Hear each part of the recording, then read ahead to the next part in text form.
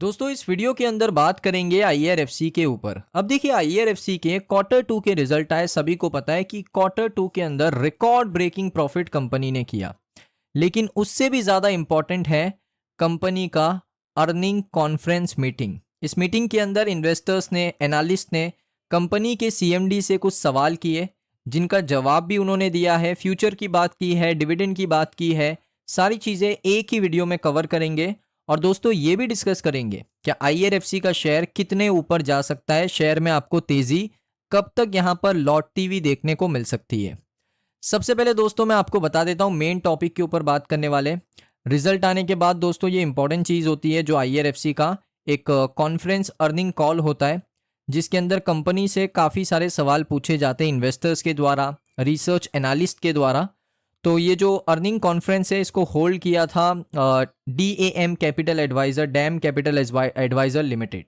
सो इन्होंने इसको होस्ट किया था। अब यहाँ पर आप देख सकते हो बहुत सारे लोगों ने कंपनी के जो सीएमडी है मनोज कुमार दुबे, उनसे यहाँ पर सवाल किए।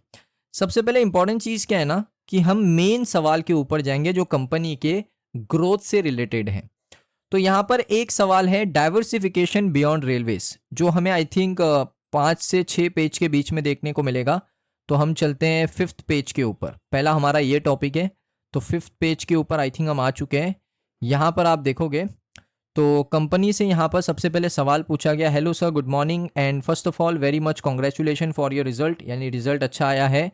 एक क्वेश्चन है like on PPT, I want to understand what is the difference between in sanction limit and agreement limit.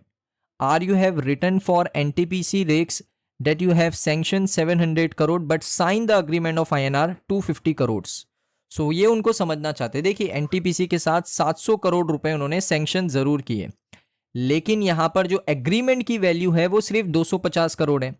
तो बाकी का पैसा यहाँ पर क्यों नहीं एनटीपीसी को प्रोवाइड किया कंपनी ने। सो इसका आंसर देते हुए कंपनी ने कहा कि जनरली जो प्रोसेस होता है ना वो इस तरीके से होता है कि जो सीएमडी है उन्होंने ये कहा कि जो बाकी का पैसा है, यानी आप कह सकते हो कि 700 करोड़ हमने दिया है, सैंक्शन किया है, बोर्ड ने सैंक्शन किया है, और 250 करोड़ के आसपास ही हमने उनको लोन प्रोवाइड किया है। तो यहाँ पर जो बाकी का अमाउंट है वो अभी भी एग्जीक्यूट करना बाकी है, क्योंकि जो कंपनी एनटीपीसी उसको अभी ज़रूरत नहीं है उन पैसों की। जिन पैसों की ज़रूरत थी 250 करोड़ वो हमने प्रोवाइड किए, बाकी का जो अमाउंट है वो हम यहाँ पर जब उनको ज़रूरत रहेगी तब उनको यहाँ पर एग्जीक्यूट करते चले जाएंगे। तो ये एक अच्छा प्रोसेस होता है। इसमें ये नहीं होता है जैसे एग्जाम्पल के लिए आपने एक लोन लिया है, कंपनी से लोन लिया है, अभी आपको बेसिकली नीड है 250 करोड़ की, बाकी का जो पैसा है अभी नीड नहीं है, वो नीड है आपको 6 महीने बाद, वो नीड है आपको 1 साल के बाद, वो नीड है आपको 2 साल के बाद। तो जैसे जैसे आपकी टाइमलाइन आएगी, 6 महीने बाद आपको और 250 करोड़ चाहिए, वो आपको मिल जाएगा। उसके बाद 1 साल के बाद यहाँ पर आपको 100 करोड़ और चाहिए, वो मिल जाएगा। 2 साल के बाद 100 करोड़ और चाहिए, वो मिल जाएगा। इस तरीके से पूरा लोन अमाउंट आपका क्लियर होगा। तो कंपनी इस चीज़ पे बिलीव करती है कि जितनी ज़रूरत है उतना लोन पहले प्रोवाइड करो, टाइमलाइन डिसाइड कर लो, इस दिन पर इतना पैसा और मिलेगा, और उसकी जो आपकी, आप कह सकते हो कि जो रीपेमेंट है वो तो चलता ही रहेगा। सो ये चीज़ पे कंपनी बिलीव करती है। कंपनी ने सैंक्शन तो यहाँ पर सिर्फ 250 करोड़ किया, लेकिन यहाँ पर जो लोन अग्रीमेंट था वो सिर्फ यहाँ पर आपको 700 करोड़ का देखने को मिला था। तो ये चीज़ कंपनी ने साफ साफ कह दी है। उसके बाद यहाँ पर आप देख सकते हो कंपनी से और भी सवाल पूछे गए हैं जो मैं आपके साथ शेयर करता हूँ। इसमें यहाँ पर कंपनी से मेजॉरिटी ऑफ जो क्वेश्चन है ना वो फ्यूचर को लेकर है, तो इसलिए आपका जानना काफ़ी ज़रूरी है। आप देख सकते हो यहाँ पर एक और सवाल पूछा गया था कंपनी से कि एक्सपेक्टेशन क्या है कि एसेट अंडर मैनेजमेंट की ग्रोथ नेक्स्ट क्वार्टर में, यानी क्वार्टर 3 में क्या देखने को मिल सकती है, कितना आप अमाउंट को डिसबर्स करने वाले हो, वो सारी चीज़ें। तो उसके ऊपर कंपनी ने कहा कि हम यहाँ पर 30,000 करोड़ रुपए डिसबर्समेंट कर चुके हैं इसी फाइनेंशियल ईयर में। अभी जो पाइपलाइन है वो पूरी रेडी है। हमने यहाँ पर 7,000 करोड़ रुपए क्वार्टर 3 में डिसबर्समेंट कर दिया है, और इसमें आप एडिशनली और पकड़ के चलो क्वार्टर 3 एंडिंग तक 15 या 10-15 हज़ार करोड़ और इसमें ऐड कर लो।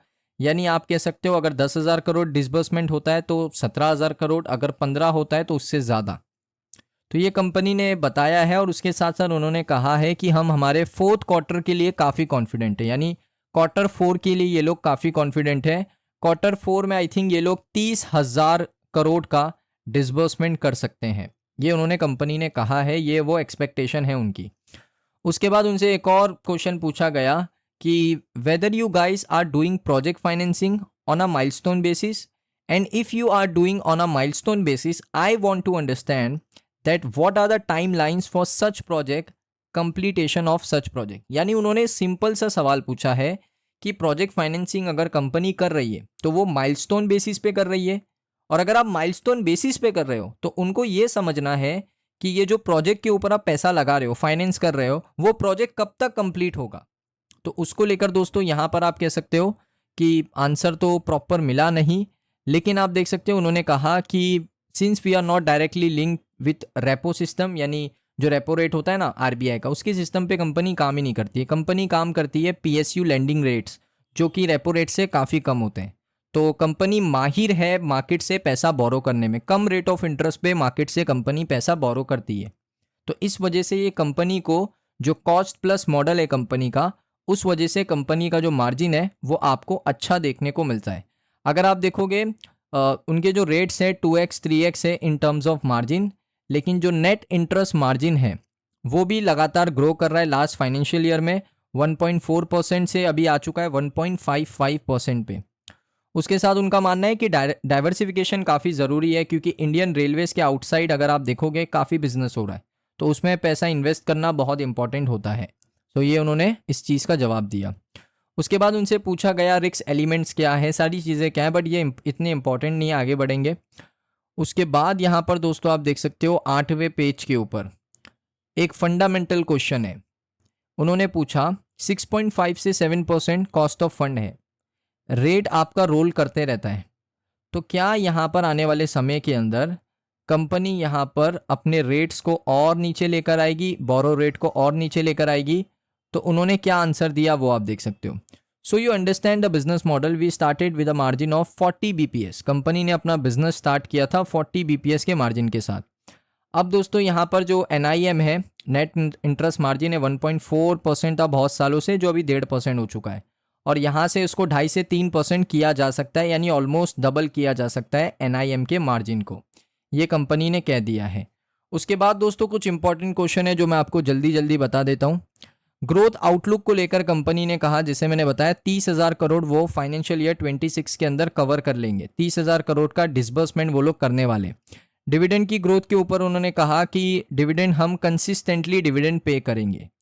उसके बाद उन्होंने कहा कि एसेट क्वालिटी और risk from new sector management का उसने रिप्लाई दिया, IRFC will continue to lend only to PSU government backed entities that risk management terms have been strengthened। यानी IRFC सिर्फ यहाँ पर PSU कंपनीज को ज़्यादा पैसे फाइनेंस करेगी, वो रिस्क को मैनेज करके चलेगी। तो ये दोस्तों 0 NPA का रिस्क है, क्योंकि सरकारी कंपनी को फाइनेंस करने में कोई रिस्क ही नहीं होता है, सरकार पैसे लौटा कर देगी। नेट इंटरेस्ट मार्जिन के ऊपर उन्होंने कहा, जैसे बताया 3% तक जा सकता है। उसके बाद IRFC यहाँ पर नॉन रेलवे इंफ्रास्ट्रक्चर जैसे रेन्यूएबल एनर्जी, पोर्ट्स, ट्रांसमिशन, इसके अंदर भी 25% का एक्सपोजर रख रही है। यानी IRFC सिंपल सा वर्ड ये कह रही है कि हम यहाँ पर 75% कोर रेलवे को फाइनेंस करते हैं, और बाकी का जो सिर्फ 25% है वो हम नॉन रेलवे को फाइनेंस कर रहे हैं। इससे कंपनी का रिस्क भी मैनेज हो जा रहा है। रिस्क क्यों मैनेज हो रहा है? क्योंकि PSU कंपनीज को ही ज़्यादातर फाइनेंस हो रहा है, नॉन PSU को बहुत कम ही फाइनेंस करते हैं। तो ये चीज़ उन्होंने क्लियर कर दी। तो ये था दोस्तों अर्निंग कॉल, इसमें मैंने आपको सिर्फ इंपॉर्टेंट चीज़ें बताई हैं। आपको ये वीडियो कैसा लगा कमेंट सेक्शन में बताइए। और बात रही दोस्तों शेयर प्राइस ऊपर जाने की, तो देखिए फाइनेंशियली कंपनी अच्छा कर रही है, इन अ लॉन्ग रन कंपनी आपको अच्छा रिटर्न देके जा सकती है। तो मिलता हूँ मैं आप सभी लोगों को नेक्स्ट वीडियो के अंदर।